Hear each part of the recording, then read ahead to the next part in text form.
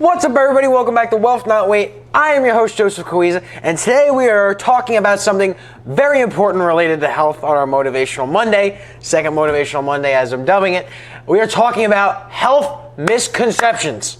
These are the top 5 health misconceptions that people think are true, but are absolutely bullshit. Completely false, not true, not real, not happening. And this is in no particular order. This is just the top 5 that I felt were really important. These 5 I feel are extremely important to the average public and most people who are maybe not as well educated on health, or just who basically read, the internet and feel that everything that they're given is true, as a lot of people feel nowadays. Let's do a little fact checking and clean up shop and just kind of get you progressed forward on your health journey by clearing up some of these issues right off the bat. So let's get right into it. I have my little list and we are ready to go. Number 5 is that fat just pops into muscle. That is not true. And let me clarify, let me just say that by fat turning to muscle, I mean the cells itself. Fat does not just become muscle. You don't just eat some carrots and run on the treadmill and your fat goes, I'm muscle now. That's just not how it works.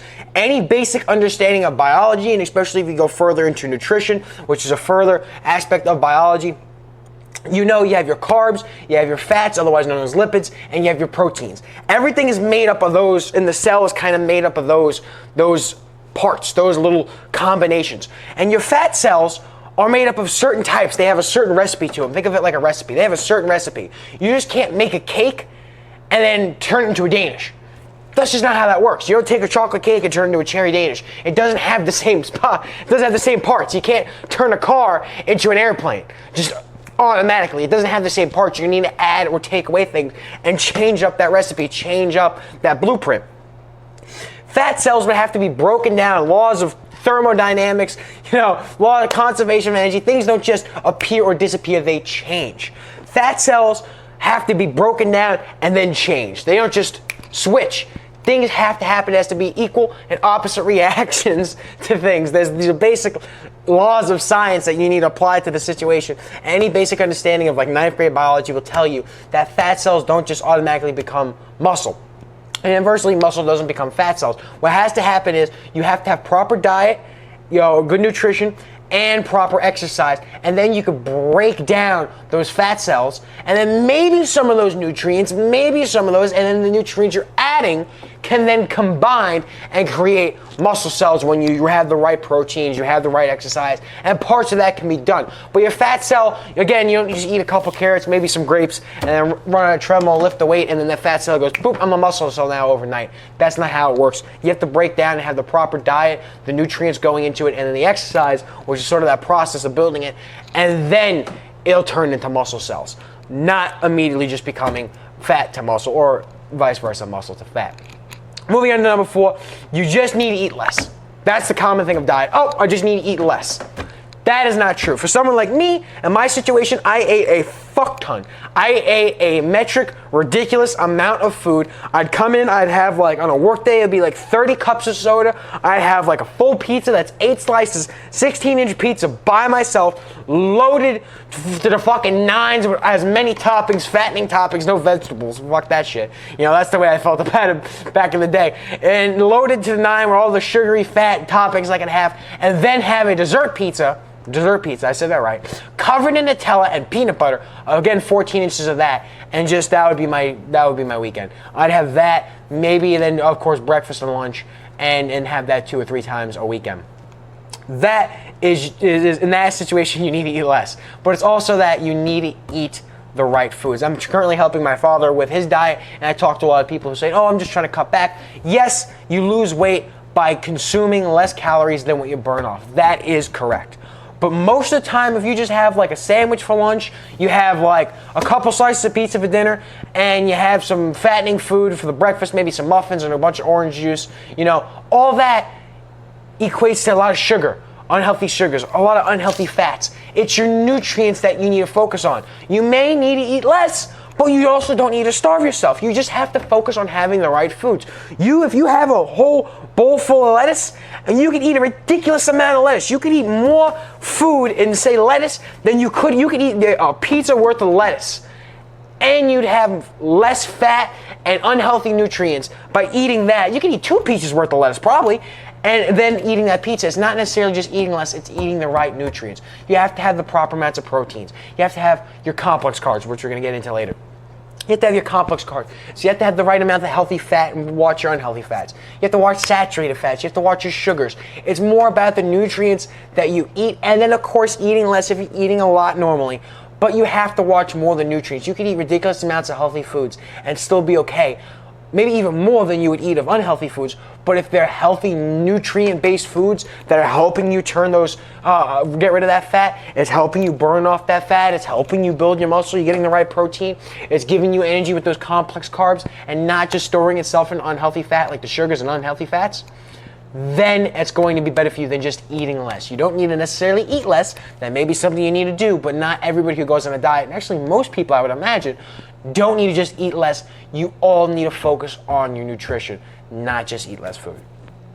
Number 3 is just work off your food. I have a piece of cake, I'll run on the gym, I'll run, for 10 minutes and work off my food. That's not how it works.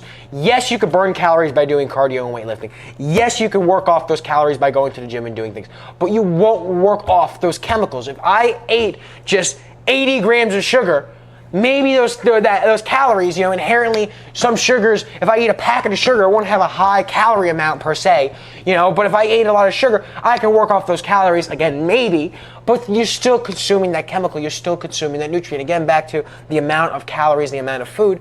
You're not just working off the calorie and saying, oh yeah, I'm burning fat. It's going to affect your health. Ultimately, if all you're doing is just, I'm going to eat as much cake as I can, I'm going to eat as much unhealthy food, but then I'm just going to hit the gym for a little extra more. No. You can't just work off sugar. You can't just work off fat. You eat it, it has to digest, it digests in your body and it works through. You can work off calories, you could progress towards fat burning, but the unhealthy chemicals and those unhealthy calories are still in your body for however long it takes to digest and process, and it's still going through your digestive system. It still has some negative effects on it. Again, you may be able to work off calories. You may not have the same amount of fat as just eating that, donut and then sitting there, but you're still having those unhealthy sugars and unhealthy nutrients affect your body and go in and process through your body. You're not just working off. And like another video I had, you should guys go back and check that. Working off calories is a lot more difficult than you would expect. If you're just running on cardio, I think it was something along the lines of like running a mile, running an hour or 45 minutes or hours just to work off a piece of cake. So you have a piece of cake, after dinner, and you're gonna be working very, very hard to work it off, if you can work it off. Most of the time, I'm not running 3 miles, if I do some cardio. I'm not, even hit cardio, I'm not, doing the equivalent of 3 miles every single day, so I shouldn't have a piece of cake every single day. It's a lot easier said than done to work off those calories, and even if you are working off those calories, you're still consuming and processing those unhealthy nutrients. Moving it right along, right into number 2 is that fruit is 100% okay, fine, have as much of it as you want. Fruit is great for you, and I push that for snacks, I push that for meals. Fruit is amazing, but it still has natural sugars. Now, a lot of those natural sugars are mitigated by eating it in fruit, eating it whole. You should never blend your fruit if you're trying to reduce your sugars, because it sort of breaks down those fibers. Say if you blend bananas and put them in smoothies, you're blending down those fibers, and it makes it very difficult, or at least harder, for your body to digest those sugars because you're reducing those fibers. But if I ate ridiculous amounts of fruit, you're still consuming some natural sugars, which you want to keep those to a minimum. Not saying that you just shouldn't eat fruit or fruits are bad for you or anything like that. It's just you shouldn't eat a colossal amount of them and blow out your day with 300 grams of sugar. You have to have it in moderation. Granted, you can have a lot of fruit, but you can't have tons and tons and tons of fruit. Have a lot of it, maybe. Depends on the rest of your diet, but you can't eat just a ridiculous amount of fruit, as I see some people saying, oh, I'll eat a whole watermelon and 9 apples a day, something crazy like that. That's probably not going to be good for you for the sugars, whether they're natural sugars or not. Processing it, and it's going to have a hard time for your body too.